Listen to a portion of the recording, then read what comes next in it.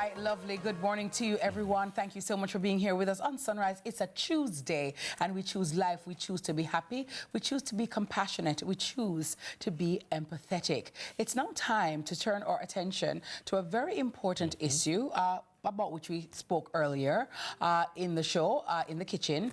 We spoke about it, and today, September 10, is actually recognized as World Suicide Prevention Day.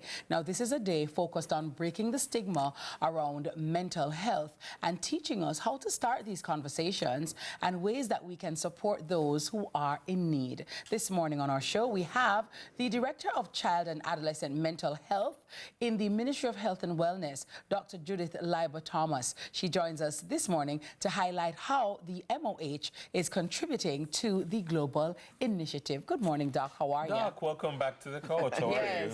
I see you have your prescription, Doc. That is good. So let us know, what do you prescribe for us? This is a topic that, many people don't like to talk about, don't even like to address it, don't like to talk about it. But the fact of the matter is, it does happen. So where do we start? How do we start? Well, we start by breaking down the stigma in terms of mental health. Yeah. So we start talking about our mental health. Mm-hmm. I mean, we want it to be like almost everyday conversation. Mm-hmm. With my children, I say, just like how you'd say, how your math and your English going, you'd say, how you feeling today? How you, check-in. Right, a check-in, right. Mm-hmm. And then you go on to maybe asking about depression, if they talk about sadness, right? And especially for our teenagers, we don't like to ask it, but we have to ask it, have you ever felt like hurting yourself or killing yourself? And then, you take it from there. If they say yes, then you may continue the conversation, or, say, well, I'm going to get you to talk to somebody. Right. One way that we seek to prevent suicide is by, studying it, looking at the numbers, what's the literature telling us, so that we can design policies and programs to be effective as a ministry, for instance. What are the numbers telling us here in Jamaica? Yeah, whether it be some of the demographics or some of the, in terms of locale, what are the numbers telling us? Numbers are telling us that about maybe 20% of our children and adolescents are at risk for attempting suicide. Right. Okay, fine. And for those who turn up at the hospital, the majority are between like 15 and 24. Okay. And internationally, whether more males apparently complete suicide, yes, whereas more female attempt it. Yes. And we're changing the lingo as well. The theme for this year is changing the narrative. Very well. And how we change how we think about things, it begins from how we speak about it. Right. So we don't talk about committing suicide. Yes, death by suicide. Right, or completing it. Right, yes. Right, because you're not a criminal if you commit suicide. And also, we don't say the attempt was successful. Right. Oh, no. Right, absolutely not. Yeah, the attempt was completed. Completed. Right. Also, you don't say commit suicide, you say completed suicide or death by suicide. Right. Okay. Right. Another thing, though, I mean, when we're looking at it, like, who are some, well, of course, yes, we need to be concerned about men, but we also just as much, if not more so, need to be concerned about our women as well, because they will attempt it, but they use probably less aggressive methods, which is why they don't complete it.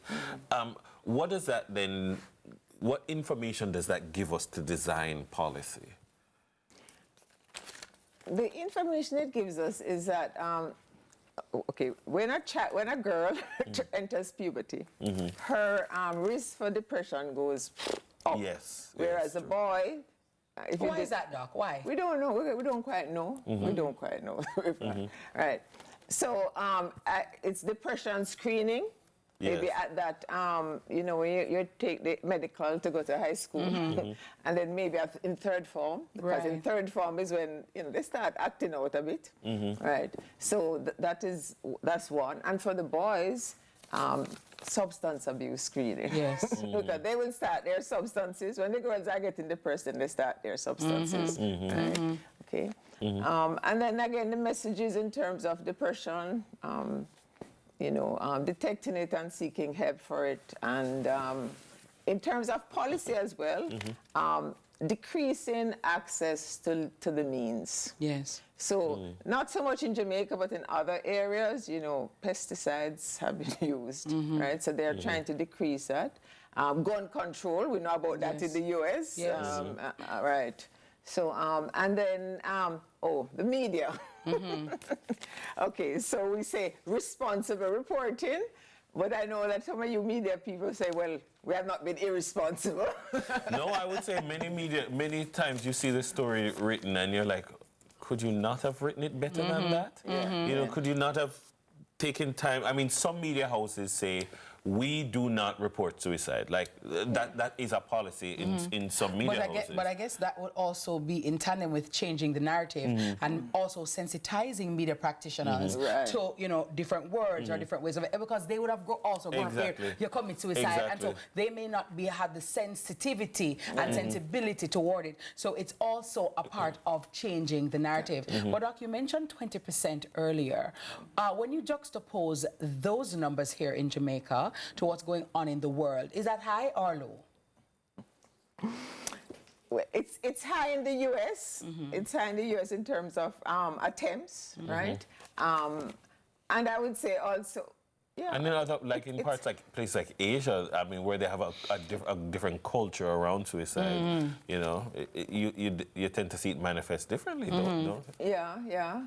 But funny enough, I mean, some of the upper income countries where you think that everything is hunky-dory, you have people attempting. Yes. Right? But Doc, let me just ask you finally, because I know there are parents out there who may not have access to a paid psychologist or, to somebody to talk to. So if it is that they have asked their children or their youngster, and they're going through some things, or they realize that there's a change in behavior, change in eating habit, change in study, just change in personality, as a ministry, what is in place to serve our community from a free perspective? So they can call 1-800 something, or they can call Dr. Leiba-Thomas and say, Doc, I notice that my son is not eating, I notice that my daughter is locked in the room, she's not coming out, she's not talking. What means of redress or help do we have for our citizens in Jamaica? All right.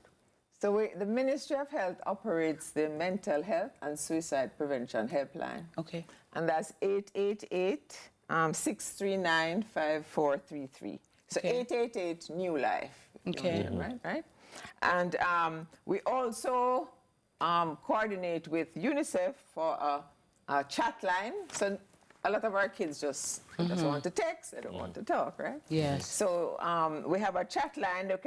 They can text support to this number 838-4890. I'll leave it with your folks. Yes. And that's the You Matter chat line.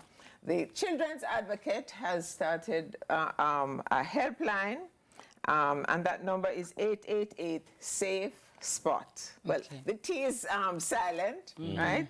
And it's 723-5199.